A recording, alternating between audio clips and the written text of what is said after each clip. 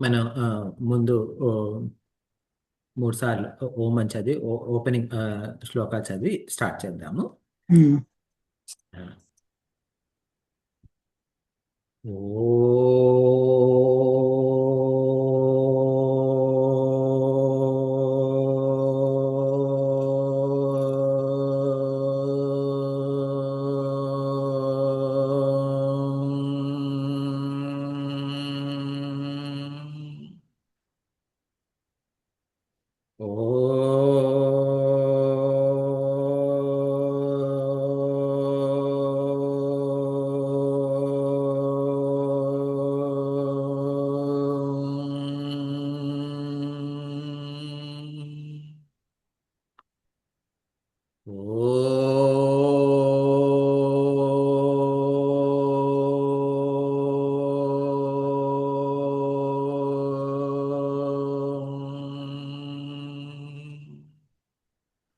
ఓం సహనా భవతు सहनौ भुनक्तु सह वीर्यं करवावहै तेजस्विनावधीतमस्तु मा विद्विषावहै।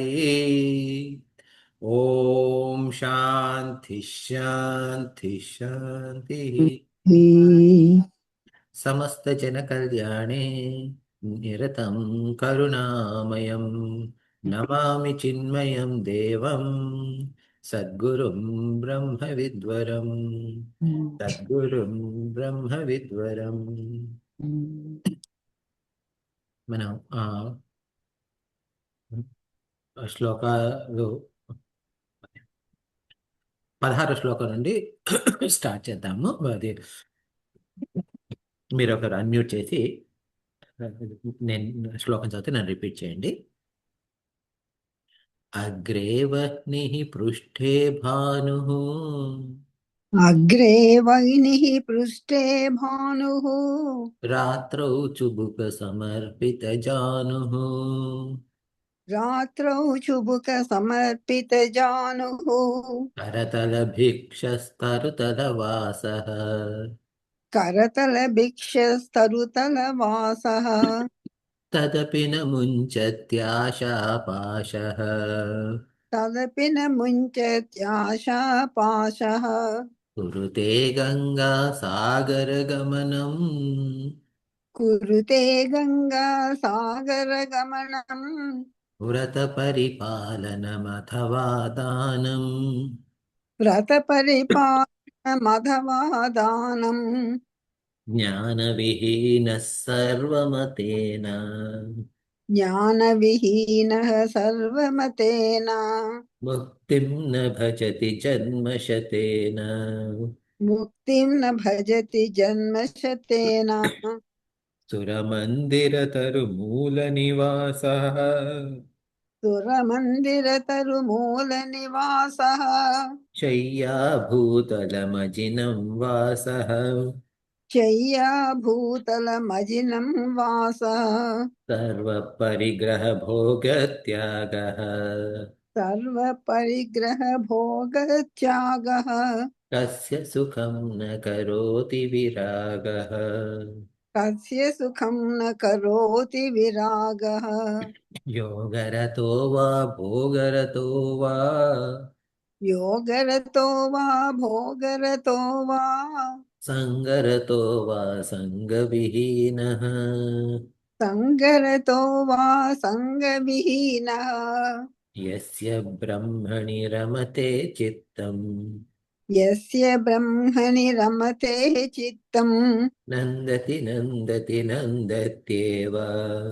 నందతి నందతి నందత్యేవ భగవద్గీత కించిదధీత భగవద్గీత కించిదధీత గంగాజలలవకణికా పీత.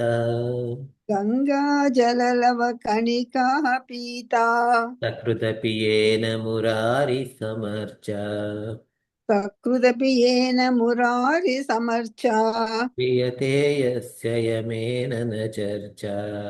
క్రియతే తస్యయమేవ న చర్చా భజ గోవిందం భజ గోవిందం భజ గోవిందం భజ గోవిందం గోవిందం భజ మూఢమతే. గోవిందం భజ మూఢమతే సంప్రాప్తే సన్నిహితే గోవిందం భజ కాలే. మూఢమతే సంప్రాప్తే సన్నిహితే కాలే. సంప్రాప్తే సంప్రాప్తే సన్నిహితే కాళే నహి నహి రక్షతి డుక్రుంకరణే. నహి నహి రక్షతి డుక్రుం కరణే. ఈ భజ గోవిందంలో ఏం చూస్తున్నాము మనం? రకరకాల ఈ 15 అంటే శంకరాచార్య వారు తను చెప్పదలసిన విషయాలన్నీ చెప్పేసి 12 శ్లోకాల్లో ముగించేశారు. ముగించిన తర్వాత పద్మపాదాచార్యులు, తోటకాచార్యులు వారంతా మొదలైన వారంతా వారి వారి అభిప్రాయాలు చూపించడం మొదలుపెట్టారు. ఓకే.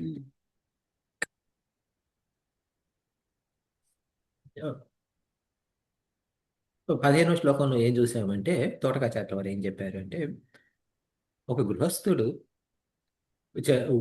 జాగ్రత్త చెప్పారు. ఏంటి? అంగం గలితం ఫలితం ముండం దర్శనవిహీనం జాతం తుండం వృద్ధో యాతి గృహీత్వా దండం తదపి న ముంచతి ఆశాపిండం. ఇందులో ఏం చెప్పారు?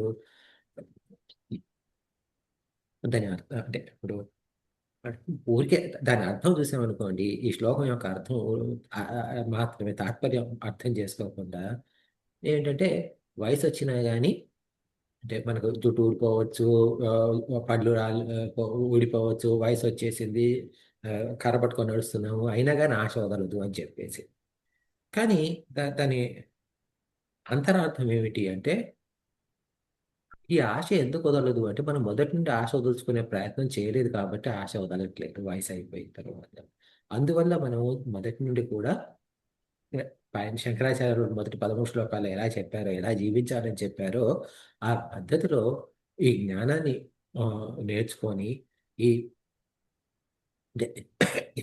ఈ వాటి మన ఇప్పుడు మన ఈ భజగోవిందం ఒక పుస్తకం ఏంటి? ప్రతిపక్ష భావనను పెంపొందించడానికి. కాబట్టి ఆ ప్రతిపక్ష భావన మనలో మనం పెంపొందించుకుంటూ వస్తుంటే ఏమవుతుందంటే ఆశ అనేది, ఎందుకంటే అప్పుడు బయట వస్తువుల మీద ఆశ తగ్గిపోతుంది. బయట వస్తువులే కానివ్వండి, బయట మనుషులే కానివ్వండి, బయట ఎక్స్పీరియన్సెసే కానివ్వండి, వాటన్నిటిలో ఆశ కానీ వాటి అన్నిటి మీద మోజు తగ్గిపోతుంది. ఆ దాని మూలంగా చివరిలో మనకు చివరిలోనే కాదు, క్రమంగా మనకు సెల్ఫ్ సఫిషియన్సీ అంటే మన మీద మనకు అంటే మన మీద మనం ఆధారపడగలుగుతాం, వేరే వారి మీద ఆధారపడని అవసరం లేదు. శారీరకంగా ఆధారపడవచ్చు కానీ మానసికంగా ఆధారం అనేది ఉండదు. అంటే ఏ వస్తువు ఉన్నా ఏ వస్తువు లేకపోయినా నేను సంతోషంగా ఉంటాను, ఎవరున్నా ఎవరు లేకపోయినా నేను సంతోషంగా ఉంటాను. ఎందుకంటే ఆ, నాతో భగవంతుడు నాలో ఉన్నాడు. ఆ రకంగా అనమాట. ఇది గృహస్థులకే కాదు, ఈ హెచ్చరిక ఆ, సన్యాసం స్వీకరించిన వారికి కూడా.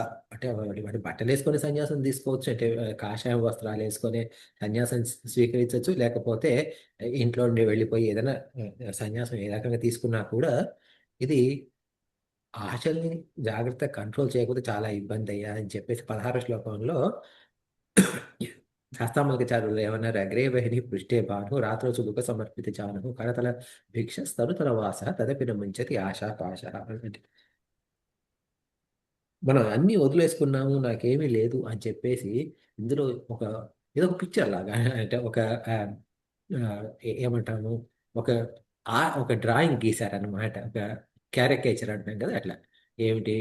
ఒక ఒకరు అన్నీ వదిలేసుకొని చేతిలో ఒక భిక్ష పాత్ర తప్ప ఏమీ లేదు. అది పైన చూస్తే ఆ ఆకాశమే ఉంది, కింద నేల ఉంది, అంటే ఏంటి? ఇల్లు వాకిల్ లేదు. వెనక ఏమో ఆ, అంటే ఎండ తగులుతుంది, వీపుకేమో ఎండ తగులుతుంది, ముఖానికేమో అగ్ని తగులుతుంది. అంటే ముఖానికి అగ్ని తగులుతుంది, వీపుకి ఎండ తగులుతుంది అంటే ప్రొద్దున పూట ఎండ, రాత్రి పూట చలికి ఆ, ఎక్కడో అంటే చలిమంటలు వేసుకుంటే అక్కడ వెళ్ళి ఉండడం అట్లా. రాత్రి రెస్ట్ తీసుకోవాలంటే ఈ ఈ ఈ దవడను మోకాళ్ళ మీద పెట్టుకొని ఆంచుకొని కూర్చోవడమే, అదే రెస్ట్. అలా ఉన్నా కూడా ఆశాపాశాలు వదలవు. అంటే ఏమిటి అంటే, ఈ ఆశాపాశాలు వదలాలి అంటే ఏం చేయాలి? జ్ఞానం రావాలి. జ్ఞానం అంటే ఏంటి? ఏది మనకు ప్రపంచ ఏది ఏమంటారు, ఏది శాశ్వతం ఏది అశాశ్వతము అనేది మనకు తెలియాలి. ఈ ప్రపంచం అంతా అశాశ్వతము. ప్రపంచం అశాశ్వతమైనప్పుడు ప్రపంచంలో ఉన్న వస్తువులు అశాశ్వతమే, ప్రపంచంలో ఉన్న మనుషులు అశాశ్వతమే, ప్రపంచంలో ఉన్న ఆ వస్తువులతోటి కానీ ఆ మనుషులతో కానీ ఉన్న ఆ సంబంధం, ఆ రిలేషన్షిప్స్ అన్నీ కూడా అశాశ్వతమే. అలాంటప్పుడు ఏదైనా అశాశ్వతమే, ఇప్పుడుండి రేపు వెళ్ళిపోయే దాని మీద దేని మీద నేను ఆధారపడలేను. ఏదైతే శాశ్వతమో అది దాని మీద మాత్రమే నేను ఆధారపడగలుగుతాను. ఆధారపడగలిగే శాశ్వతమైన వస్తువు ఒకే ఒకటి, అది పరబ్రహ్మ స్వరూపము. ఆ పరబ్రహ్మం మాత్రమే శాశ్వతము. ఆ పరబ్రహ్మం మీద నేను ఆధారం పెట్టుకుంటే నేను నా జీవితం, ఈ జీవితం కొనసాగుతుంది. ఈ జీవితం శాశ్వతం కాదు, కాకపోతే నా మనసు ఆ, నిశ్చలంగా ఉంటుంది. అది ఆ, అదనమాట. అది మనం ఆ జ్ఞానాన్ని పెంపొందించుకోవాలి అని చెప్పేసి ఆయన చెప్పారు. తర్వాత కురుతే గంగా సాగరగణం మనం వ్రత పరిపాలన అనుపాతనం జ్ఞానవిహీన సర్వమతేన ముక్తిర్ను భజతి జన్మశతేన.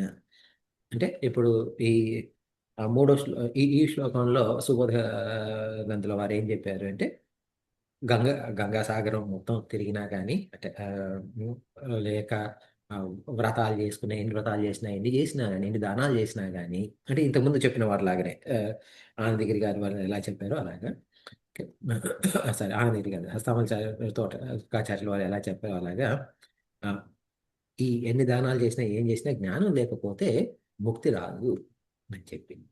ఒకవేళ అదే ఆ జ్ఞానమే ఉన్నప్పుడు ఎలా ఉంటుంది, అదే పరిస్థితి, అదే ఈ ఆ, హస్తామలచార్యులు వారు చెప్పారు కదా, వెనక వెంటబడుతుంది, ముందేమో అగ్ని, అంత చేతిలో భిక్ష పాత్ర ఉన్నా కానీ ఆశలు తప్పట్లేదు, ఆశలు వదలట్లేదు అని చెప్పేసి. ఆ జ్ఞానం వచ్చినప్పుడు అదే మనిషి ఎలా ఉంటాడు అనేది సురేశ్వరాచార్య గారు చెప్పారు. సురమందిర తరుమూల నివాస శయ్యాభూతల మజినం వాస సర్వ పరిగ్రహ భోగ త్యాగ కస్య సుఖం న కరోతి విరాగ. ఈ మొదటి మూడు లైన్లు కూడా సో అదే పద్ధతి, అదే సెటప్. ఓకే. దేవాలయం ప్రాంగణంలో కూర్చొని ఉన్నారు, చెట్టు కింద. పై పైన చూస్తే ఆకాశం, కింద చూస్తే నేల. ఆ, అన్నీ వదులుకున్నారు. అలాంటి వాళ్ళకి లేని సుఖం అంటే ఏముంది అని. లేని సుఖం అంటే ఏముంది అంటే, జ- ఆ ఆ మొదటి దీనికి అంటే 16వ శ్లోకంలో ఉన్న మనిషికి ఇందులో ఉన్న శ్లోకంలో ఉన్న మనిషికి తేడా ఏంటి? జ్ఞానం ఉంది. ఆ జ్ఞానం వచ్చేసరికి ఏమైందంటే ఆ ఆ వ్యక్తికి సుఖం వచ్చేసింది అనమాట. అది అలాంటప్పుడు ఉన్నప్పుడు ఏమవుతుందంటే, ఆ సుఖం వచ్చినప్పుడు ఆ మనిషి స్థాయి అంటే మనసు ఎలా ఉంటుంది అనేది నిత్యానందరావు వారు చెప్పారు 19వ శ్లోకంలో. యోగరతో వా భోగరతో వా సంగరతో వా సంగవిహీన యస్య బ్రహ్మ నిరమతి చిత్తం నందతి నందతి నందత్యేవ. అలాంటి వారికి యో దేనితోని యోగం కలిసినా కలవకపోయినా, అంటే ఇంకా యోగంలో ఉన్నా లేకపోయినా, అంటే ఏంటంటే వాళ్ళు ఏదైనా మెడిటేషన్ చేసుకుంటుండొచ్చు, లేకపోతే పూజలు పునస్కారాలు చేసుకుంటొచ్చు, అలాంటిదే ఉండొచ్చు. భోగరతవ్వ అంటే ఏదైనా చూసిపోకుండా పెరుగు. ఏమండి, నో నో ఏం లేదు. భోగరతోవ అంటే ఆ, ఏ భోగాలలో నిమగ్నమైనా ఉండొచ్చు. అంటే అంటే ఫ్రెండ్స్ తోటే కానివ్వండి, కుటుంబంతోటే కానివ్వండి, ఆ, ఇంకెక్కడైనా కానివ్వండి, ఎలాంటి సిచ్యువేషన్స్లో ఉన్నా కూడా, ఎలాంటి ఆనందాలు అనుభవిస్తున్నా కూడా, సంగరతోవ. సంగరతోవ అంటే చుట్టుపక్కల వాళ్ళతో ఉండడం. సంఘ విహీన ఎవరు లేకపోవడం. యోగం ఉంది, భోగం ఉంది, సంఘం ఉంది, సంఘం లేదు, ఏదున్నా ఏది లేదా ఎలాంటిది ఉన్నా కానీ యస్య బ్రహ్మని రమతే చిత్తం, ఎవరు చిత్తం అయితే బ్రహ్మ పరబ్రహ్మ స్వరూపంలో నిమగ్నమై ఉందో వాళ్ళకి నందతి నందతి నందతి ఏవ, వాళ్ళకి మొత్తం ఎప్పటికీ సంతోషమే ఉంటుంది, ఆనందమే ఉంటుంది. ఆనందం అంటే ఏంటి ఇక్కడ? ఆనందం అంటే వాళ్ళు ఏదో ఇప్పుడు మనకు కొంతమందికి ఐస్ క్రీమ్ తినగానే ఇది చాలా రుచిగా ఉందని ఆనందం వస్తుంది.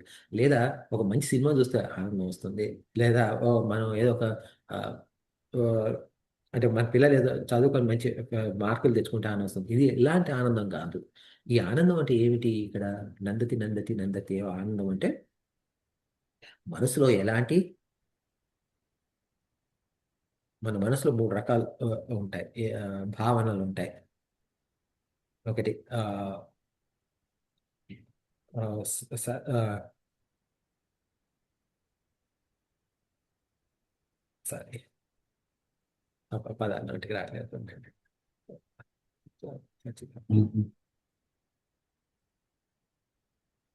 ఇది కూడా సత్వ రజస్ తమస్. సారీ, సత్వం రజస్ తమస్సు. సత్వం అంటేనేమో ఎప్పుడైతే మనసు నిశ్చలంగా ఉండి ఏదైనా గ్రహించగలుగుతామో, ఏం చెప్పినా కానీ అర్థం చేసుకోగలుగుతామో అలాంటిది, దాన్ని సత్వం ఉంటాము.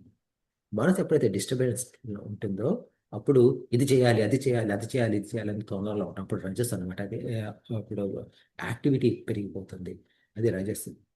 తర్వాత మనసు అంత అలసిపోయి విచారంగా ఉన్నప్పుడే కానివ్వండి, నిద్ర కానివ్వండి, అట్లా ఉన్నప్పుడు నిద్ర, ఆలస్యము అవన్నీ తమస్సు అంటాము. సో ఈ సత్వ రజస్ తమస్సు మూడు గుణాలు ఉంటాయన్నమాట. మనలో ఈ మూడు గుణాలు ఉండడం మూలంగా ఏమవుతుంది అంటే ఎప్పుడు కూడా మనల్ని రజసు మనల్ని సరిగ్గా కూర్చొనియదు, తమసు ఏది సరిగ్గా ఆలోచించనివ్వదు. సత్వం అంతో ఇంతో ఉన్నప్పుడు అది అంత ఇంతో కొంచెం కొంచెం పికప్ చేసుకుంటుంది. ఈ మూడు మిక్స్చర్లో నడుస్తుంటుంది మన మనసు. ఈ నందతి నందతి నందతేవ అంటే ఆ, ఏమవుతుంది అంటే ఈ రజసు లేదు, తమసు లేదు, కేవలం సత్వం గుణం మాత్రమే ఉంది. అంటే మనసు చాలా ప్రశాంతంగా ఉంది అనమాట. అలాంటప్పుడు ఉండే ఆ ఏదైతే ఉందో అంటే ఆ ఎక్స్పీరియన్స్ ఏదైతే ఉందో అది నందతీవ. ఓకే. తర్వాత ఈ శ్లోకాన్ని ఆనందగిరి గారు నెక్స్ట్ ఏం చెప్పారు అంటే భగవద్గీత కించిదీత గంగా జలలవ కణికాపీత యస్య సకృతపియేన మురారి సమర్చ క్రియతే తస్య యమేన చర్చ. ఇది ఏ కాస్త భగవద్గీత చదువుకున్నా కానీ, ఏ కాస్త ఆ, గంగా జలం కొంచెం తాగినా కానీ, ఒకసారి భగవంతుడు పూజ చేసుకున్నా కానీ, కృష్ణుడు మురారి అంటే కృష్ణుడు, అలాంటి అప్పుడు వాళ్ళకి క్రియతే తసి ఏమైనా నచ్చచ్చు. అంటే మరణించినప్పుడు వాళ్ళు అంటే యముడిని చూడాల్సిన అవసరం లేదు, యముడితో మాట్లాడాల్సిన అవసరం లేదని చెప్పేసి ఆయన చెప్పారు. ఈ శ్లోకాన్ని మనం సగంలో పోయిన వారం సగంలో వదిలేసాము. ఆ, అండ్ గంగ ఆ, ఆ, దీని గురించి భగవద్గీత కించిదధీత అన్నప్పుడు భగవద్గీత యొక్క గొప్పతనం ఏమిటన్నది మాట్లాడుకున్నాము. తర్వాత భగవద్గీతలో ఎన్నో 700 శ్లోకాలు ఉన్నాయి. మనకు ఒక్క శ్లోకం కొంచెం తెలిసినా కానీ చాలు. అది అంటే మనల్ని అంటే మనకు మోక్షానికి దారి తీస్తుంది. అంటే శ్లోకం తెలియడం కాదు, శ్లోకాన్ని మనం జీవించాలి అని అర్థం చేసుకున్నాం. గంగాజల లవ కణికా పీత, గంగాజలంలో ఒక చుక్క గంగా నీళ్లు తాగితే చాలు, ఆ, మోక్షం వస్తుంది అని అంటాము. అలాంటప్పుడు గంగా ఆ, ఉత్తర అంటే గంగోత్రి గోముఖ గంగోత్రి నుండి మొదలై ఆ ఉత్తరాఖండ రాష్ట్రం మొత్తం నుండి వచ్చి ఉత్తరప్రదేశ్ రాష్ట్రంలో నుండి ఆ, అలా వస్తూ వెస్ట్ బెంగాల్లో నుండి సముద్రం కలిసిపోతుంది. అప్పుడు ఆ గంగా జలానికి అటు ఇటు ఉన్న మనుషులందరూ కూడా మోక్షం వచ్చేసి ఉండాలి. ఎందుకంటే ఇప్పుడు ఇళ్లలో పైపుల్లో నీళ్లు రివర్ అది ఆ నది నీళ్ళే వస్తాయి. అలాంటప్పుడు వాళ్ళకందరికీ మోక్షం వచ్చి ఉండాలి కదా. మరి వాళ్ళందరికీ మోక్షం వస్తుందా? అలాంటిది ఏమీ లేదు కదా. మరి గంగాజల కణిక పీత అంటే ఏమిటి అని అంటే మనం గంగా గంగా అవతరణ గురించి మనం వివరంగా మాట్లాడుకున్నాం పోయిన వారం. ఏది భగీరథుడి కథ, ఎలా అయితే భగీరథుడు ఆ, ఆ, సగరపుత్రులు అంటే సగరుడి కొడుకులు అంత భస్మం అయిపోయారు సాగరంలో. వాళ్ళకి అంత్యగతులు రాకపోతే ఆ కుటుంబంలో పుట్టిన అంటే ఆ వంశంలో పుట్టిన భగీరథుడు గంగాదేవి తపస్సు చేస్తే అయ్యా నేను కిందికి రాలేను అంటే నేను వస్తాను కానీ ఈ భూమి నన్ను తట్టుకోలేదు, నా వేగాన్ని తట్టుకోలేదు అంటే మళ్ళీ ఆయన మరి ఏం చేయాలమ్మా అంటే శివుడి దగ్గరికి వెళ్ళి పూజ శివుడిని అడుగు అని చెప్తుంది. ఇప్పుడు శివుడికి పూజ చేస్తే సరే నేను హెల్ప్ చేస్తా అన్నారు ఆయన. మళ్ళీ గంగకు పూజ చేసి రామ్మ అన్నారు. అప్పుడు గంగాదేవి వస్తుంటే శివుడు జటాజుటంలో కట్టేశారు. కట్టేసినందుకు గంగ రావట్లేదు అని చెప్పేసి మళ్ళీ ఆయన శివుడికి మళ్ళీ శివుడి గురించి తపస్సు చేస్తే ఆయన దాన్ని కొంచెం ఒక ధారగా వదలడం పెట్టారు. ఆ వస్తున్న ధారను జహును అనే ముని అంటే ఆ ముని ఆశ్రమ ముందు అంత ఈ కోలాహలంగా చేస్తూ ఉంటే గంగాదేవి ఆయన ఆయన మింగేశారు.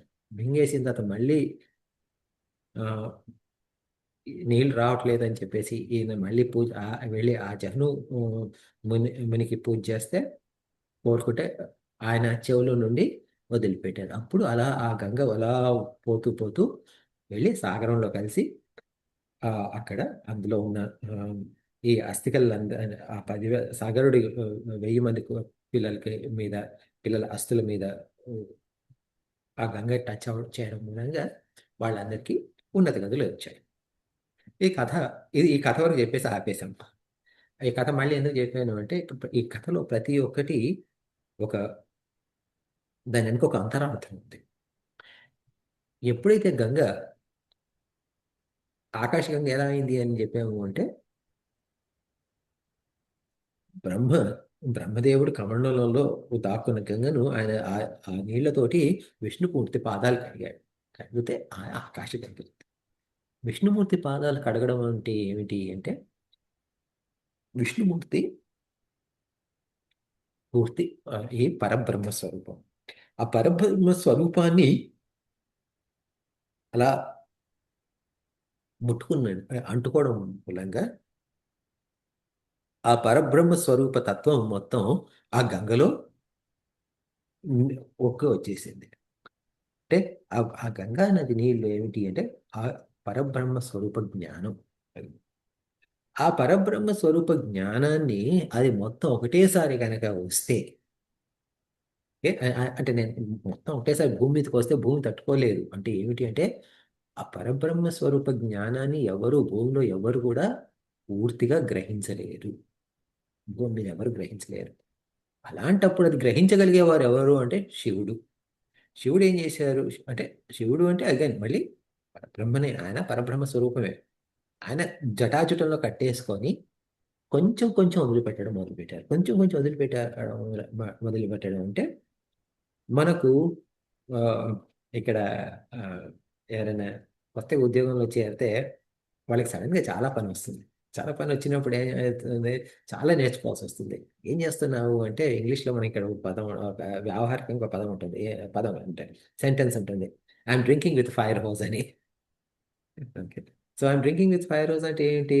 నేను అది ఈ అగ్నిమాపక దళం వాళ్ళు ఉంటారు కదా, ఫైర్ ఫైర్ వాళ్ళు నీళ్ళు వదిలిపెట్టినప్పుడు అది ఎంత ఉధృతంగా వస్తుంది, ఎంత స్పీడ్గా వస్తుంది, ఎంత లావుగా వస్తుంది ఆ ధార. ఆ ధారతో నేను నీళ్లు తాగుతున్నట్టు నా వల్ల కావట్లేదు. అంత నాలెడ్జ్ నాకు వస్తూ ఉంది. నా అంత నేర్చుకోవాల్సి వస్తుంది అని. సో అలా ఏదైనా కానీ ఎక్కువ నేర్చుకోవడం కాని పని. అది అందుకని చెప్పేసి ఏంటంటే శివుడు అలా ఒక సన్నటి ధార వదిలిపెట్టారంటే గురువు మనకు కావాల్సినంత ఏ, చదువు మాత్రమే చెప్తారు. అంటే మన తాహతను బట్టి, మన ఓపిక, మన శక్తిని బట్టి ఒక సద్గురు అలా పాఠాలు చెప్పగలుగుతారు అనమాట. అలా ఆ పాఠం చెప్పే పద్ధతి ఏంటన్నది జహనులో వచ్చింది. ఏమిటది? నోట్లో నుండి వెళ్ళి చెవులో నుండి వచ్చింది. అంటే ఏమిటి అంటే ఇది శ్రవణం, చెవుకి నోటికి ఉన్న సంబంధాన్ని చూపిస్తుంది అనమాట అది. అలా వచ్చిన నాలెడ్జ్ ఏదైతే ఉందో అలా అంటే గురువు నుండి శిష్యుడికి మధ్య అలా చెవు నోరు చెవు నోరు సంధానం చేసుకుంటూ వచ్చింది ఏదైతే విద్య, ఏదైతే జ్ఞానం ఉందో ఆ జ్ఞానము మనల్ని పరిశుద్ధం చేస్తుంది. పరిశుద్ధం చేసి ఏం చేస్తుంది? ఈ మనం మనం కూడా అనుకున్నాం కదా, 3 రకాల ఆ, శరీరాలు ఉంటాయి మనకని. స్థూల, సూక్ష్మ, కారణ శరీరాలు. స్థూల శరీరం పోయినా కానీ సూక్ష్మ శరీరం, కారణ శరీరం రెండు ఉంటాయి. దాని మూలంగా మళ్ళీ మళ్ళీ మనకు జన్మలు వస్తుంటాయి. ఈ సూక్ష్మ కారణ శరీరాలు ఏదైతే వెళ్ళిపోతాయో అప్పుడు ఆ జన్మరాహిత్యం అనేది ఉంటుంది. ఆ జన్మరాహిత్యమే మోక్షం. ఆ మోక్షం వస్తుంది అనమాట. ఇది గంగాజల లవ కణికా పీత. అంటే ఈ గంగాజలాన్ని కొంచెమన్నా తాగు అంటే ఏంటంటే ఈ జ్ఞానాన్ని కొంచెమన్నా పొందుకో అని చెప్పి అర్థం. ఇది. తర్వాత సకృదపియేన మురారి సమర్చ. కొంచెం సేపైనా ఆ మురారి ఆ అర్చన చేయాలి అని చెప్పి. ఈ మురారి అర్చన అంటే ఏమిటి? మురారి అంటే ఎవరు? కృష్ణుడు అనుకున్నాం. మరి సకృతపి అయిన కృష్ణుడి అర్చన అని చెప్పొచ్చు కదా. ఇక్కడ మురారి అని అంటే ఓహో ఏదైనా ఈ శ్లోకానికి ఛందస్సులో సరిపోకపోతే మురారి అన్నారా అని ఒక ప్రశ్న. ఈ మురారి అంటే ఏమిటి? మురా అనే రాక్షసుడిని చంపిన ఆ, వారు కాబట్టి కృష్ణుడు మురారి అన్నారు. మరి ఈ మురా అనే రాక్షసుడు ఎవరు అంటే ఈయన ఇంకొక రాక్షసుడి దగ్గర మంత్రి. ఏ రాక్షసుడి దగ్గర మంత్రి? నరకాసురుడి దగ్గర మంత్రి మురారి. మురారి కాదు, మురా. ఓకే, నరకాసురుడు మీకు అందరికీ తెలుసు. ఆ నరకాసురుడి దగ్గర మంత్రిగా ఉన్నాడు ముర. ఈ మురాన్ని చంపినవాడు కాబట్టి మురారి అయ్యాడు. నరకుడిని కూడా అంటే ఒకసారి సత్యభామ కూడా చంపింది అని చెప్తారు. కానీ ఇప్పుడు నరకాసురుడిని కానీ కృష్ణుడే చంపింది. ఇప్పుడు నరకాసురుడిని చంపానని అంత అని చెప్పకుండా ఈ నరకాసురుడి దగ్గర మంత్రిని చంపడానికి అంత గొప్ప ఏముంటే ఆ ముఖ్యమైన రాక్షసుడు నరకాసురుడు కదా. ఈయనని చంపాడు అంత గొప్పగా మురారి మురారి అనడం అవసరం ఏముంది అంటే నరకాసురుడిలో పేరు చూస్తేనే తెలిసిపోతుంది నరకం అని.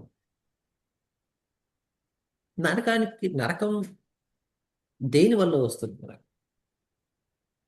మనం నరకం ఎందుకు ఎక్స్పీరియన్స్ చేస్తాం అంటే మనలో ఉన్న అహంకారం ఎప్పుడైతే ఉంటుందో ఆ అహంకారాన్ని మనం ఎప్పుడైతే విలువ ఇవ్వడం మొదలు పెడతామో మనకు నరకం మొదలు. ముర అంటే నరకం. సరే సరే, ముర అంటే అహంకారం.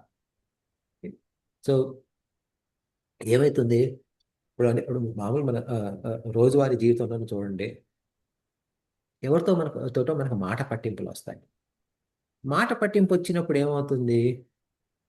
మాట పట్టింపు వస్తే వాళ్ళు నన్ను అలా అన్నారా అని చెప్పేసి దాంతో మనం వాళ్ళతో మాటలు మానేస్తాం. వాళ్ళతో మానేస్తే వాళ్ళకి అసలు మన వాళ్ళు మనల్ని పట్టించుకొని పోవచ్చు. వాళ్ళకి అసలు మన తెలియకపోవచ్చు. ఏది మనం మాట్లాడడం మానేసన్న విషయం కూడా వాళ్ళు గ్రహించకపోవచ్చు, ఎందుకంటే వాళ్ళు అంత బిజీగా ఉండి ఉండొచ్చు.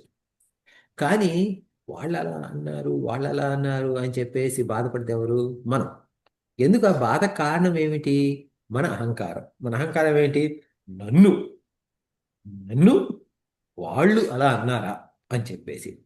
ఎప్పుడైతే అహంకారం పోతుందో ఆ మాటలుకి వాళ్ళెవరో మనల్ని ఏమైనా అన్నారన్న మాటకు కూడా మనకు పట్టింపు ఉండదు. ఎందుకు? ఇప్పుడు మీరు రేడియో ఆన్ చేశారనుకోండి, రేడియోనో టీవీయో, అందులో ఎన్నో శబ్దాలు వస్తూ ఉన్నాయి. ఆ శబ్దాలు ఏవి మీకు కొన్ని కొన్ని అంటే ఇప్పుడు మీరు అటెన్షన్ పే చేసి వీళ్ళు ఏం చెప్తున్నారు అని వింటే అది వేరు. అది వినలేదనుకోండి, ఆ శబ్దాలు వస్తున్నాయి పోతున్నాయి, దానికి మీకు ఏ సంబంధం లేదు. అలాగే ఎవరేమన్నా నన్ను ఏమన్నా అంటే ఏదన్నా అన్నా అనకపోయినా ఏది కూడా నాకు పట్టనప్పుడు నాకు ఏది ఉండదు. అలా పట్టకుండా ఉండాలి అంటే ఏంటంటే అహంకార నాశనం కావాలి. ఆ అహంకారాన్ని నాశనం చేయడాన్ని ఈ మురారి అని అన్నారు. అంటే కృష్ణుడు మురారి అని అంటే ఏమిటి అంటే అహంకార నాశకుడు అని అర్థం. అహంకార నాశనం చేసేది ఎవరు? భగవంతుడు. అంటే ఆ మురారి సమర్థ అంటే మరి ఆ మురారికి పూజ చేయాలి అంటే పూజ చేయమని చెప్పడం అంటే మనలోని అహంకారాన్ని తగ్గించుకోని అహంకారాన్ని తొలగించడం ఈ మురారి పూజ అన్నమాట. ఇలా సకృత ప్రియేణ మురారి సమర్చ అంటే మనలో అహంకారం తీస్తే ఏమవుతుంది? మనలో ఇంకోటి ఏంటంటే వేదాంత పరంగా ఎప్పుడైతే అహంకారం పోతుందో, అహంకార రాహిత్యం ఉంటుందో పూర్తిగా, అలాంటప్పుడు ఏమవుతుంది? అహంకారంతో పాటు మనసు, బుద్ధి, చిత్త అవన్నీ తర్వాత ఇవన్నీ కూడా ఆ జీవత్వం అనే భావన పోతుందన్నమాట. ఆ జీవత్వ భావన పోవడాన్నే జీవన్ముక్తి అని అంటాము. అలాంటప్పుడు వాళ్ళకి ముక్తి లభిస్తుంది అని అర్థం. అదొక క్రియతే తస్య యమేన న చర్చ. అంటే ఈ భగవద్గీత నేర్చుకొని పాటించడమే కానివ్వండి, ఈ గంగ అంటే జ్ఞానాన్ని తెచ్చుకొని పాటించడమే కానివ్వండి, ఈ మురారి సమర్చట ఈ అహంకారాన్ని తొలగించడమే కానివ్వండి, వీటన్నిటి మూలంగా ఏమవుతుంది అంటే యమేన న చర్చ. అంటే యముడితోటి కలవాల్సిన అవసరం లేదు, యముడితో మాట్లాడాల్సిన అవసరం లేదు. యముడితోటి మాట్లాడాల్సిన అవసరం లేదు అంటే మరణం లేదు అని అర్థం. మరణం లేదు అంటే ఇప్పటి వరకు మనకు ఆ, అంటే ఇంతకుముందు ఎంతో మంది మహానుభావులు పుట్టారు, వారందరూ పోయారు. ఓ 500 సంవత్సరాల క్రితం పుట్టి ఇంకా పోని వాళ్ళు ఎవరన్నా మనకు తెలిసిన వాళ్ళు ఎవరన్నా ఉన్నారంటే ఎవరూ లేరు. ఏ- ఏదో అంటే కొన్ని కొన్ని ఉమ్, ఇది సౌత్ అమెరికాలో ఎక్కడ పెద్ద పెద్ద తాబేళ్లు ఉంటాయి, అవి 500 సంవత్సరాలు 1000 సంవత్సరాలు ఏదో బ్రతుకుతాయని చెప్తారు.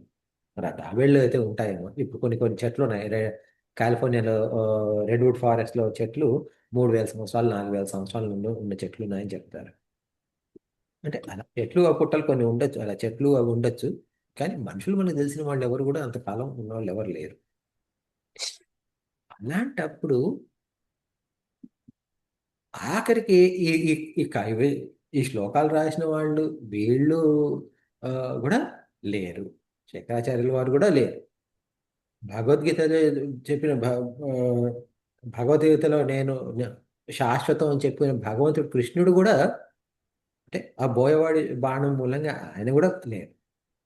ఇలా అలాంటప్పుడు ఈ అమౌంట్తో చర్చ లేదని చెప్పేసి అనడానికి నీకు ప్రూఫ్ ఏమిటి అని అంటే, అర్థం చేసుకోవాల్సింది ఏమిటి అంటే, ఈ అమౌంట్తో చర్చ లేదు, చావు ఉండదు, మరణం ఉండదు అంటే ఈ శరీరానికి మరణం ఉండదని కాదు. ఎందుకంటే ఇప్పుడు మీరు చూడండి, ఇప్పుడు మన మనం చిన్నప్పుడు 50 60 ఏళ్లకు చాలా మంది పోయేవారు.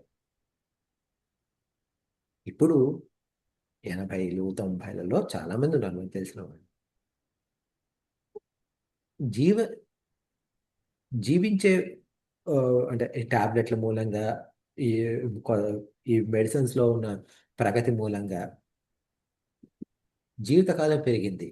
కానీ ఏమైంది, అంతకుముందు లేని ఎన్నో కొత్త కొత్త రోగాలు వస్తున్నాయి. ఎందుకు అంటే ఈ శరీరం సాధారణంగా అంటే ఇప్పుడున్న తిండికి, ఇప్పుడున్న వ్యవస్థకు 60 70 సంవత్సరాల కన్నా ఎక్కువ ఉండే అవకాశం లేని ఈ శరీరాన్ని మనం మందులతోటి వాటితోటి 80 ఏళ్ళు 90 ఏళ్ళ దాకా పొడిగిస్తున్నాం. పొడిగించినప్పుడు ఏమైంది, ఆ ఎముకలకి అలా అది 80 ఏళ్ళు 90 ఏళ్ళు ఉండే శక్తి లేదు, ఆ పళ్ళకు లేదు, ఆ కండలకు లేదు, దేనికి లేదు. అందుకని చెప్పేసి అన్ని రకాలుగా మెడిసిన్స్ తీసుకోవడం, దీనికి మెడిసిన్ తీసుకోవడం, దానికి మెడిసిన్స్ తీసుకోవడం, దీనికి సర్జరీ దానికి సర్జరీ అంటూ చేసుకుంటూ పోతున్నారు. అట్లా అలా ఉన్నప్పుడు ఇట్లా ఉంది మన పరిస్థితి. ఇప్పుడు యమేనన్న చర్చ అని చెప్పేసి మనం ఇదే శరీరంతో 200 సంవత్సరాలు 2000 సంవత్సరాలు ఉండాలి అంటే ఈ శరీరానికి ఆగగలుగుతుందా? ఆగలేదు కదా. అలాంటి జీవితం కూడా భరించలేము. ఓకే. ఇప్పటికే ఇప్పుడు ఎవరికైనా 90 95 సంవత్సరాలు ఉన్నాయనుకోండి, ఎవరో పట్టుకొని లేపాలి, పట్టుకొని తీసుకెళ్ళాలి, తీసుకొని రావాలి. అలాంటిది 200 సంవత్సరాలు 300 సంవత్సరాలు ఉంటే ఇంకేముంది, ఇంకా చాలా కష్టంగా ఉంటుంది. ఈ యమైన చర్చ అంటే ఈ శరీరము పంచభూతాలతో తయారైంది కాబట్టి పంచభూతాల్లో కలిసిపోతుంది, అది గ్యారెంటీడ్, అందులో ప్రశ్నే లేదు. ఈ స్థూల శరీరానికి కారణం ఏమిటి అంటే సూక్ష్మ కారణ శరీరాలు అంటే ఆ జీవం అంటాం, మనం జీవాత్మ అంటాం. ఈ జీవాత్మ ఆ, ఏ ఇది కూడా తీసేస్తే ఇప్పుడు పరమాత్మ మాత్రమే కేవలం మిగిలి ఉంటుంది. అది అప్పుడు ఆ పరమాత్మ మనం మన నిజానికి ఈ ఫిజికల్ అంటే ఆ, ఈ స్థూల శరీరం కాదు, నేను ఓ, ఈ సూక్ష్మ కారణ శరీరాలు కాదు, పరమాత్మను అని అర్థం చేసుకున్నాం అనుకోండి. అప్పుడు ఈ ఈ శరీరాన్ని, ఈ షర్టు తీసేసినంత తేలిక ఈ శరీరాన్ని కూడా వదిలేసేయచ్చు అనమాట. అప్పుడు ఈ ఎముడితోటి చర్చ అంటూ ఏమీ ఉండదు. అదొక అర్థం. రెండవది ఏమిటి, మరణం అనేది సాధారణంగా మనకు ఓహో, ఒక మనిషి 50 ఏళ్ళు బ్రతికాడు, 70 ఏళ్ళు బ్రతికాడు, తర్వాత పోయాడు అని అనుకుంటాం. అది ఒక రకమైన మరణం, కరెక్టే. కానీ మరణం అనేది ఇప్పుడు మన సృష్టిలో చూస్తే ఏమిటి అంటే, సృష్టి స్థితి లయ అంటాం మనం.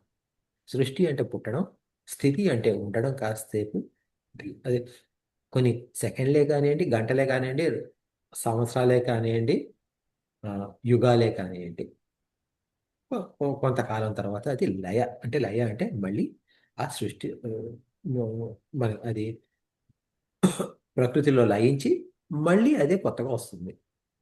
ఈ సృష్టి స్థితి లయ అనేది ప్రతి క్షణం మారుతూనే ఉంటాయి. ప్రతి క్షణం ఏదో ఒకటి సృష్టించబడుతూ ఉంటుంది, ప్రతి ఒక్కటి లయ జరిగిపోతుంది. అంటే ఇప్పుడు ఒక ఆ, చెట్టు తీసుకోండి. చెట్టులో ఒక పువ్వు వస్తుంది, ఒక మొగ్గ. మొగ్గ చనిపోయి పువ్వు వస్తుంది. పువ్వు వచ్చినప్పుడు మొగ్గ ఉందా? ఏమైంది? మొగ్గ లేదు, మొగ్గ పోయింది. ఈ పువ్వులో నుండి ఏమొస్తుంది? కాయ వస్తుంది. కాయ వచ్చిన పువ్వు ఏమైంది? పువ్వు చనిపోయింది. కాయలో నుండి విత్తనం వచ్చింది. విత్తనం ఎప్పుడైతే బయటకు వచ్చిందో అంటే అప్పుడు ఏంటి? ఆ కాయో ఏదో మొత్తానికి అది దాని జీవితం పోయింది. అందులో నుండి మళ్ళీ చెట్టు వచ్చింది. చెట్టు వచ్చిందంటే ఆ విత్తనం పోయింది. ఇట్లా ఈ క్షణం క్షణం పోతుంది. అదొకటి. మనల్ని తీసుకోండి. పుట్టినప్పుడు శిశువు అంటాం. ఆ శిశువే క్రమంగా బాలుడు లేక బాలిక అయింది. ఓకే, బాలుడు అనుకోండి ఈ ఎగ్జాంపుల్కి. బాలుడు అయినప్పుడు ఆ శిశువు ఏమయ్యాడు? ఆ శిశువే ఈ బాలుడు, కరెక్టే. కానీ ఆ శిశువు ఏమైంది? ఆ శిశుత్వం ఏమైంది? ఆ శిశుత్వం పోయి బాల్యావస్థ వచ్చింది. బాల్యావస్థ పోయి కౌమారావస్థ వచ్చింది. అంటే ఏమిటి? ఆ ప్రీవియస్ ఇది అంతకు ముందున్న ఇదంతా పోతుంది. అంటే అది లయ జరుగుతుంది. అంటే ఎప్పుడైతే కొత్త ఇది వస్తుందో, సృష్టి మొదలవుతుందో, అప్- అంతకు ముందు ఉన్నది లయించుతుంది. ఈ మధ్యలో కాసేపు అది ఏదో కనబడి ఉండనట్టుగా ఆ స్థితి కనబడుతుంది. ఇలా ప్రతి క్షణం కూడా చూస్తే మీరు ఒక కొత్త క్షణం వచ్చిందంటే పాత క్షణం చనిపోయింది. పాత క్షణంలో ఉన్న నేను ఈ క్షణంలో లేను. ఈ క్షణంలో ఉన్న నేను వచ్చే క్షణంలో ఉండను. ఇలా అంటే ఏంటి? మనం ప్రతి క్షణము ఈ టైంలో మారిపోతూ ఉన్నాము. ఎప్పుడైతే మనకు ఈ జ్ఞానం అనేది అవుతుందో అది మనం అప్పుడు అతీతం అవుతాం.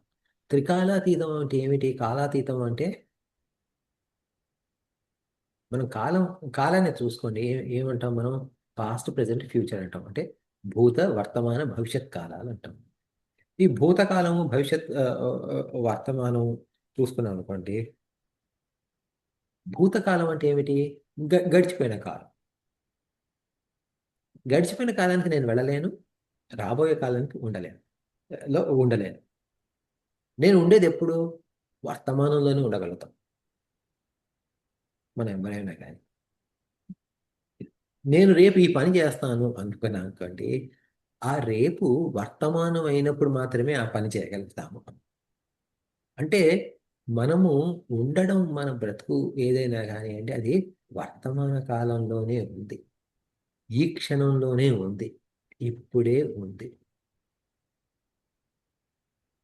అలా ఉన్నప్పుడు ఏమిటి అంటే నేను గడిచిపోయిన విషయాల గురించి పట్టించుకోనవసరం లేదు. రావలసిన విషయం గురించి నేను ఆ, ఇవ- అంటే అంటే ఏమవుతుందో అని చెప్పేసి యాంగ్జైటీ అలాంటిది అవసరం లేదు. ఉన్న క్షణంలో ఉన్న పని చేసుకుంటూ పోతే చాలు. అలాంటప్పుడు ఏమవుతుంది? మన మనసుకు ప్రశాంతత వస్తుంది. అప్పుడు మనలో ఈ సృష్టి, స్థితి, లయ అనేది పోయి కేవలం ఒక ప్రెజెన్స్ మాత్రమే ఉంటుంది. ప్రెజెన్స్ అంటే కేవలం వర్తమానం మాత్రమే ఉంటుంది అనమాట. అది అప్పుడు ఇది యమేన చర్చ అంటే మనలో మార్పు అనేది ఉండదు. ఆ మార్పుకు ఆ, అతీతం అవుతాం అనమాట. అంటే బయట జరిగే మార్పులకు అతీతం అవుతాము. అది ఎ- ఇంకొక అర్థం యమేన చర్చ అలాంటి. ఇది ఈ యొక్క శ్లోకం యొక్క అర్థం. భగవద్గీత కించిదధీత గంగాజల లవ కణికాపీత సకృతపియేన మురారి సమర్చ క్రియతే తస్య యమేన చర్చ. ఈ శ్లోకం మీద ఏమైనా సందేహాలు ఏమైనా ఉన్నాయా? అవును. ఓకే, సరే, తర్వాత శ్లోకానికి వెళ్దాము. ఇది ఇది కూడా చాలా ఆ, గొప్ప శ్లోకం. ఇది ఆ, ఒక అన్మ్యూట్ చేసి నాతో పాటు రిపీట్ చేయండి. పునరపి జననం పునరపి మరణం పునరపి జననం పునరపి మరణం పునరపి జననీ జఠరే శయనం పునరపి జననీ జఠరే శయనం ఇహ సంసారే బహుదుస్తారే ఇహ సంసారే బహుదుస్తారే కృపయా పారే పాహి మురారే కృపయా పారే పాహి మురారే భజ గోవిందం భజ గోవిందం భజ గోవిందం భజ గోవిందం గోవిందం భజ మూఢమతే గోవిందం భజ మూఢమతే. మనకు ఈ భజ గోవిందం పుస్తకంలో 31 శ్లోకాలు ఉన్నాయనుకున్నాం కదా. మనం ఈ ఒక్క శ్లోకం నేర్చుకొని ఈ శ్లోకం ప్రార్థనా శ్లోకం. ఇది ప్రార్థనా శ్లోకం కాబట్టి ఈ ఒక్క శ్లోకాన్ని మనం పఠిస్తూ ఉంటే, పఠన అంటే ఊరికే చదవడం కాదు, ఈ యొక్క శ్లోకం భగవంతుడిని ప్రార్థిస్తుంటే, ఈ శ్లోకం చదువుతూ భగవంతుడిని ప్రార్థిస్తే మన జీవితం లో ఎలాంటి ఇబ్బందులు ఉండవు. జీవితంలో ఎలాంటి ఇబ్బందులు ఉండవు కాదు, మనకు ఈ మోక్షానికి దారి తీస్తుంది అనమాట. ఏమిటిది? ఈ శ్లోకం ఏం చెప్తుంది? పునరపి. పునర అపి అంటే పునః అంటే మళ్ళీ, అపి మళ్ళీ కూడా. ఏమిటి? జననం పుట్టుక. పునరపి మళ్ళీ కూడా. మరణం అంటే మృత్యువు.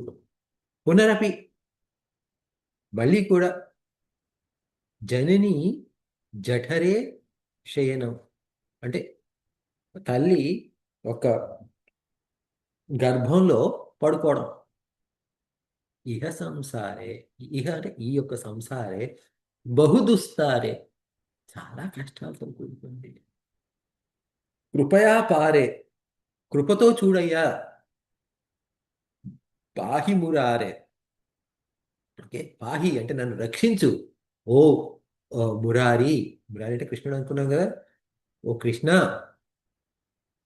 మళ్ళీ చావు మళ్ళీ పుట్టుక, మళ్ళీ పుట్టుక మళ్ళీ చావు మళ్ళీ పుట్టుక కోసం ఇంకొక తల్లి గర్భంలో పడుకోవడం, ఇదంతా నా వల్ల కావట్లేదయ్యా భగవంతుడా, నాకు నా సంగతి చూపు, దయచేసి దేనికి ఈ సంసారాన్ని నేను బయటకు తీసుకెళ్ళయ్యా అని చెప్పేసి ప్రార్థన. ఇది అందుకని ఈ శ్లోకం కనుక మనం ప్రార్థించుకుంటే ఇది మన మన హిందూ ధర్మ ప్రకారం మనకి ఇది మొదటి పుట్టుక కాదు. ఎన్నో నెంబర్ పుట్టుక అంటే, అప్పుడు కొన్నిట్లో ఏంటంటే కొన్ని మతాల్లో వాటిల్లో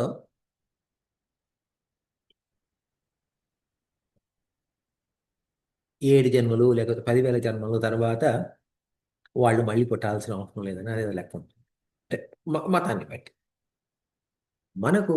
మనకి ఎన్నో జన్మ అంటే మనకిది అసంఖ్యాకం. అసంఖ్యాకం అంటే లెక్కలేదు.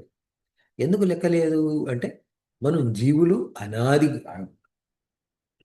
అంటే మొదటి నుండి, అంటే దానికి ఆది అనేది లేదు. అనాది అంటే ఆది లేకపోతే మొదలు లేకుండా ఉన్న జీవులము. మొదలు లేకుండా ఉన్నది ఎవరు? భగవంతుడికి మొదలంటూ లేదు, మాయకు మొదలంటూ లేదు, కర్మలకు మొదలంటూ లేదు, వాసనలకు మొదలంటూ లేదు, జీవులకు మొదలంటూ లేదు. అరే, వీటన్నిటికీ ఎవరికి మొదలు లేకపోతే అలాంటప్పుడు చివరి ఉంటుందని గ్యారెంటీ ఏముంది? మొదలు లేకపోయినప్పుడు చివర అంటూ ఉండదని గ్యారెంటీ ఏముంది?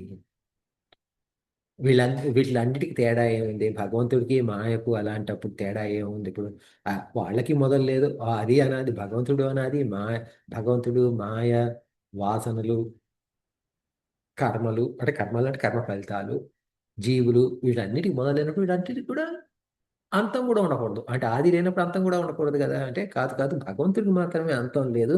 మిగతా అన్నిటికీ అంతం ఉంది. ఈ మిగతా అన్ని ఎలా అంతమవుతాయి అంటే జ్ఞానంతో అంతమవుతాయి. మరి వీటిని అనాది అని ఎందుకు అలా అన్నాము అంటే ఆది అంటే మొదటిది అని మనకు తెలియాలి అని అంటే ఒకరు ఉండి చూడాలి. ఓకే, ఇది ఫస్ట్, ఇది సెకండ్ అని చెప్పాలనుకోండి. అది ఏది ముందొచ్చింది అని చెప్పేసి చూడడానికి మనకు అర్థం కావాలి.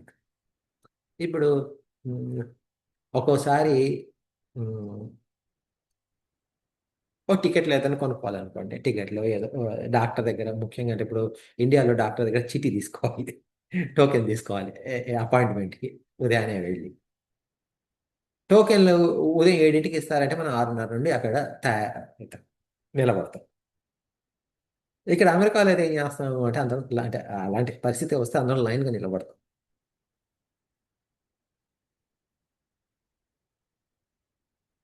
ఇండియాలో మనం లైన్లో నిలబడం, అందరం గుంపుగా నిలబడతాం. ఆ టోకెన్లు ఇచ్చే అక్కడ టోకెన్లు ఇచ్చే కౌంటర్ ఒకటి ఉందనుకోండి, సీట్ ఉందనుకోండి, దాని చుట్టూరా ఇలా 10 మంది నిలబడతారు. ఆ టోకెన్లు అతను 10ంటికి 7ంటికి వస్తాడు. 7ంటికి రావాల్సిన వాడు కాదు 7:15 రావచ్చు. 7 అంటే 7ంటికి రారు వాళ్ళు. ఒక పావు గంట లేట్‌గానో 20 నిమిషాలు లేట్‌గా వస్తారు. అప్పటికి ఇంకా తొక్కిసలాట కూడా ఉంటది. ఇప్పుడు టోకెన్లు తీసుకురాగానే అతను ఆవిడ ఇలా చుట్టూరా చూస్తే అందులో వాళ్ళకి ఎవరు ముందొచ్చారనేది ఎలా తెలుస్తుంది? తెలియదు. ఓకే. అంటే వాళ్ళొచ్చేసరికి వీళ్ళందరూ ఉన్నారు. ఎవరు ఫస్ట్, ఎవరు సెకండ్ అన్నది వాళ్ళకి తెలీదు.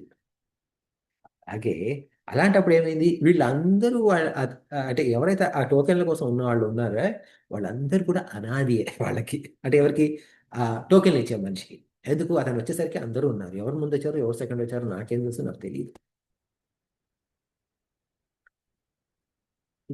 ఈ జీవులు, కర్మలు, వాసనలు, మాయ, ఇవన్నీ అనాది అంటే ఏమిటి అంటే ఆ చూసేవాళ్ళు అంటే మనకు ఆ సాక్షి. సాక్షి అంటే ఇక్కడ భగవంతుడు సాక్షిగా అలా కాదు. అంటే ఒక మానవుడి సాక్షిగా. ఓకే.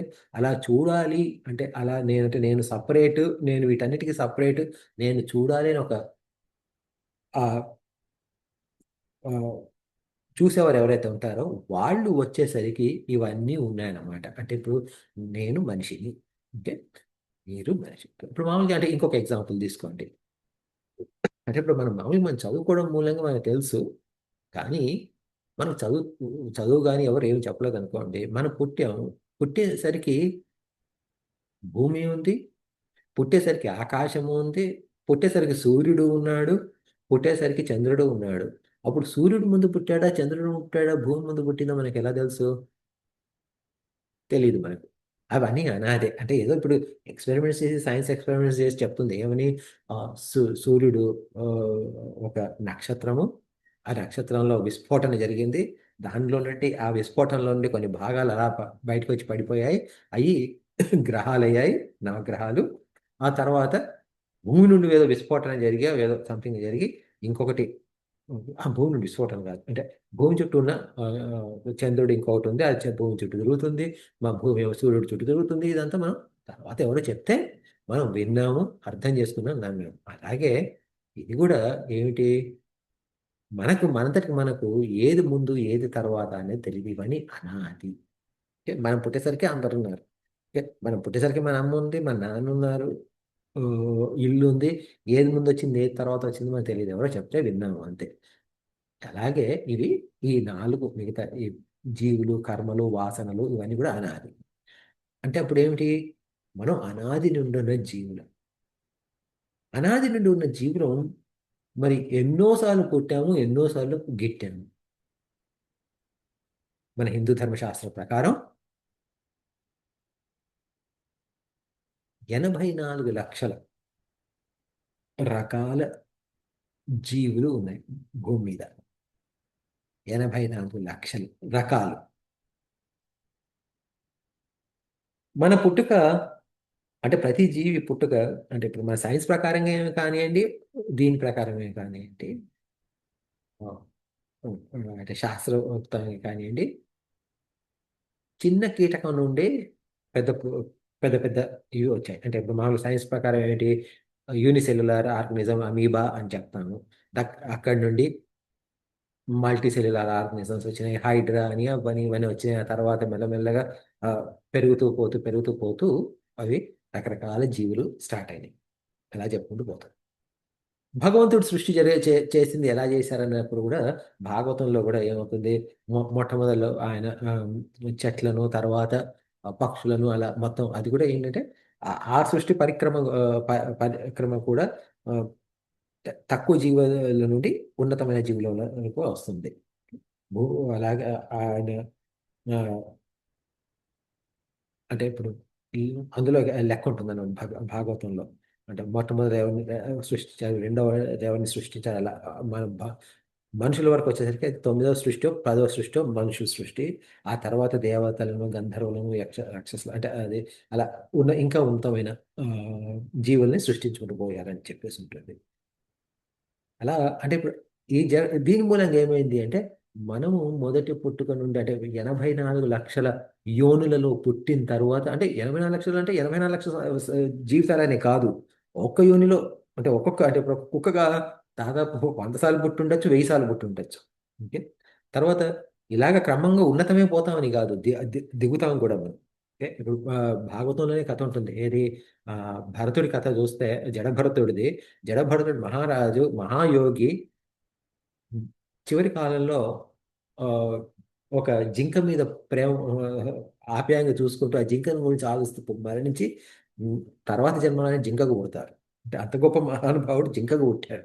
మళ్ళీ తర్వాత ఆయన ఈ ఆ, యోగ శక్తి వల్ల ఆయన యొక్క ఉమ్, ఆ, దివ్యశక్తి మూలంగా తర్వాత జన్మలో మళ్ళీ మనిషిగా పుట్టి ఆ తర్వాత ఆయన మోక్షం పొందారు. కానీ ఇలా ఈ 84 లక్షల యోనులలో పుట్టిన తర్వాత కానీ మనం మనిషి జన్మ యోనిలో పుట్టడానికి కుదరలేదు. అలా పుట్టిన తర్వాత మరి మనకు మోక్షం వచ్చిందా? రాలేదు. వచ్చుంటే ఇప్పుడు మళ్ళీ ఇక్కడ ఇట్లా కూర్చొని మనం మాట్లాడుకునే వాళ్ళం కాదు. ఇప్పుడు మనం అంటే ఇంతకుముందు మనుషులకు పుట్టామా లేదో మనకు తెలియదు, మళ్ళీ మనుషులకు పుడతామా లేదో మనకు తెలియదు. ఈ పునరపి జననం, పునరపి మరణం. అంటే పుట్టిన తర్వాత ఏమైంది, కొద్ది రోజులు ఉంటాం, పోతాం, మారడం.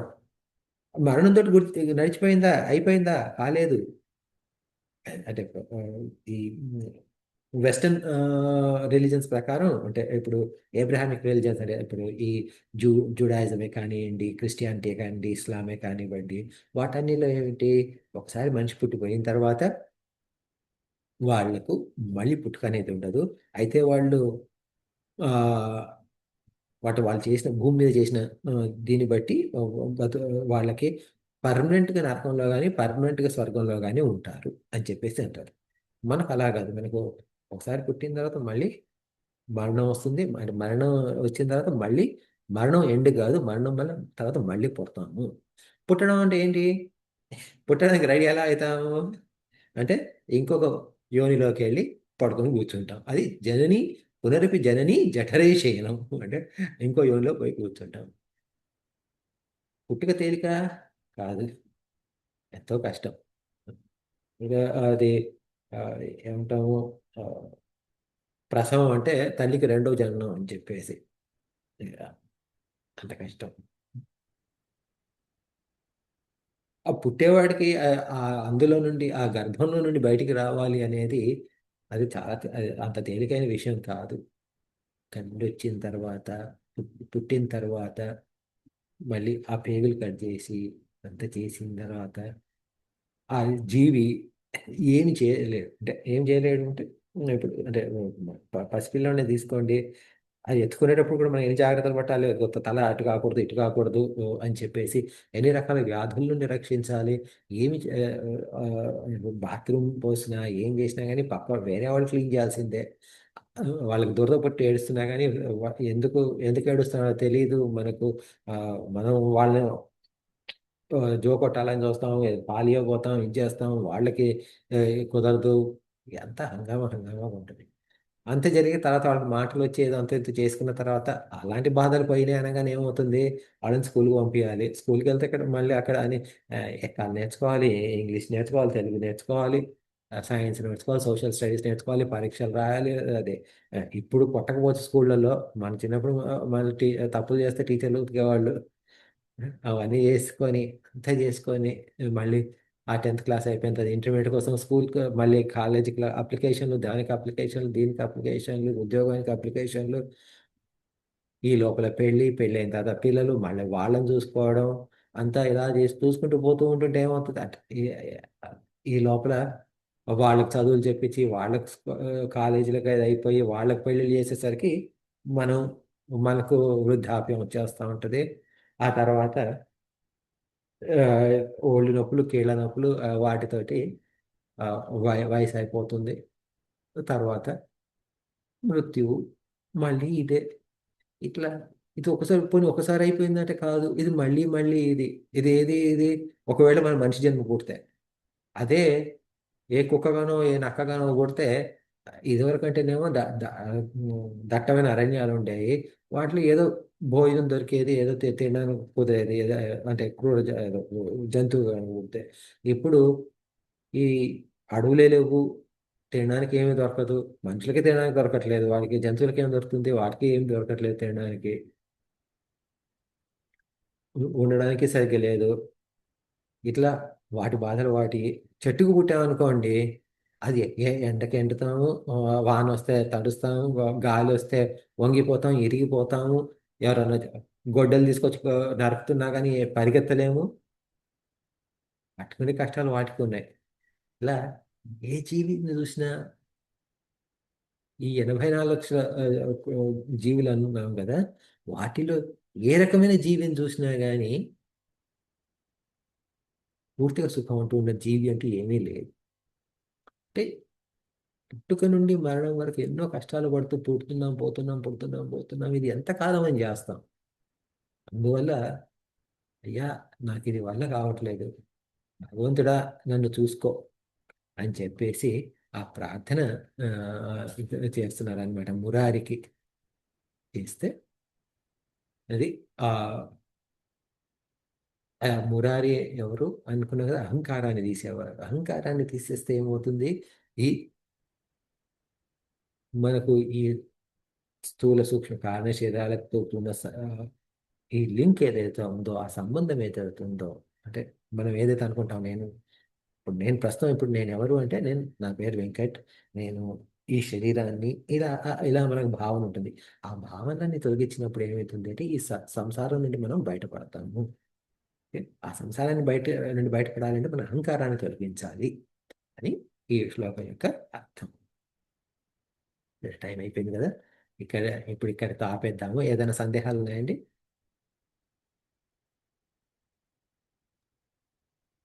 We are all good.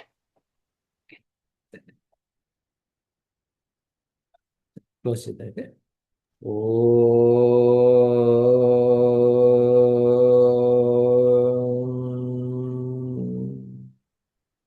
పూర్ణమదః పూర్ణమిదం పూర్ణాత్ పూర్ణముదచ్యతే పూర్ణస్య పూర్ణమాదాయ పూర్ణమేవావశిష్యతే. ఓం శాంతి శాంతి శాంతి. హరి ఓం శ్రీ గురుభ్యో నమః. హరి ఓం.